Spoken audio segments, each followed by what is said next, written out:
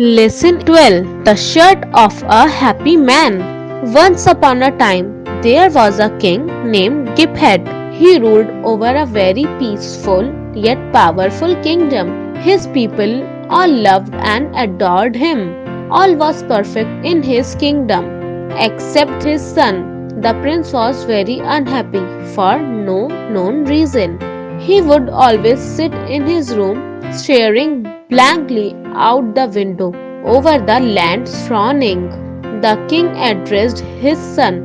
What on earth has made you upset? What is it that you lack? What is making you so distraught? The young prince only shrugged. I don't know why I am just so unhappy. The king nodded and walked off. If this state of affairs continued, the king feared his son would die of melancholy. Deciding he needed more help, the king issued a decree to have all the top physicians, psychologists, astrologers, and wise men of the kingdom come to him. When they arrived, the king showed them to his son. After 3 days, the astrologers had finally come with a solution. Your Majesty, Janklo, the head astrologer, spoke. We have given the matter close thought. In order to help your son, you must find a perfectly happy man, a man that is happy through and through. The king raised an eyebrow at this. I must find a perfectly happy man. Yes, and when you find the happy man, you must trade his shirt for your son's shirt. Then all will be well.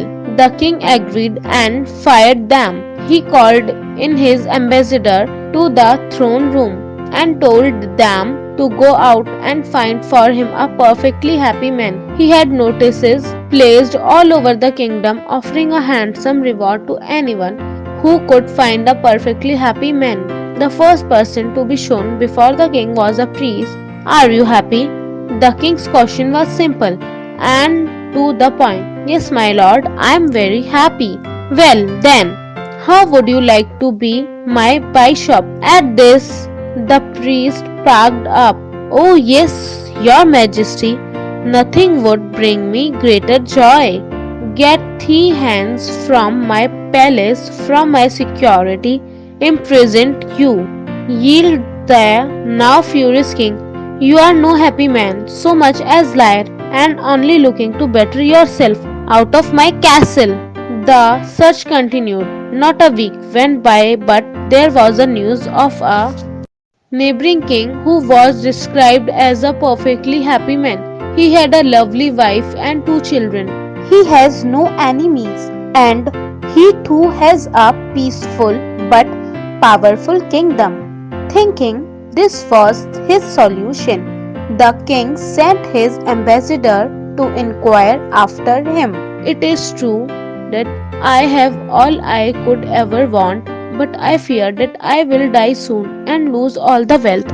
Every night I lie in bed thinking of what will lose. With this answer, the ambassador thought it wise not to take the king's shirt. When he was told the news, King Giphard was furious. He had no idea what to do next. His son was going to die, sad and depressed. In desperate need of fresh air, the king went off on a hunting trip. In the fields, the king shot out a hare a few meters away. The arrow only touched the hare, and it escaped into the bushes. Following quickly, the king moved far away from the rest of his party. After a few minutes, he gave up looking for the hare and made to head back, but suddenly stopped. There was a noise coming from his right. As he drew closer, the king realized it was someone whistling a small tune. Reaching the noise, he saw a handsome blond young man lying in the reeds. The lad was on his back, staring up at the many clouds in the sky.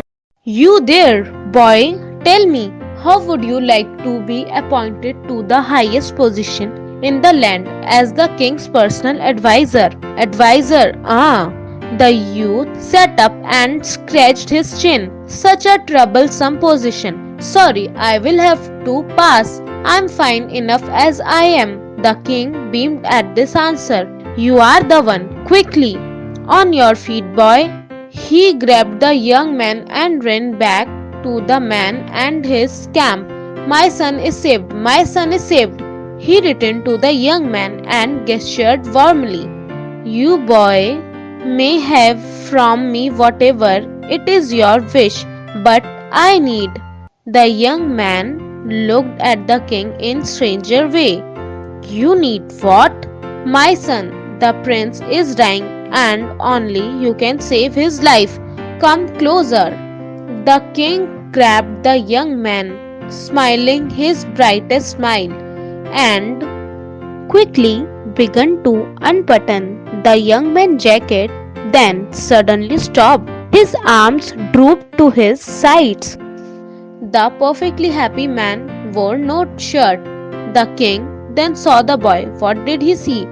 The happy boy, the happiest boy in the world, had no shirt, was going. He was singing and only singing.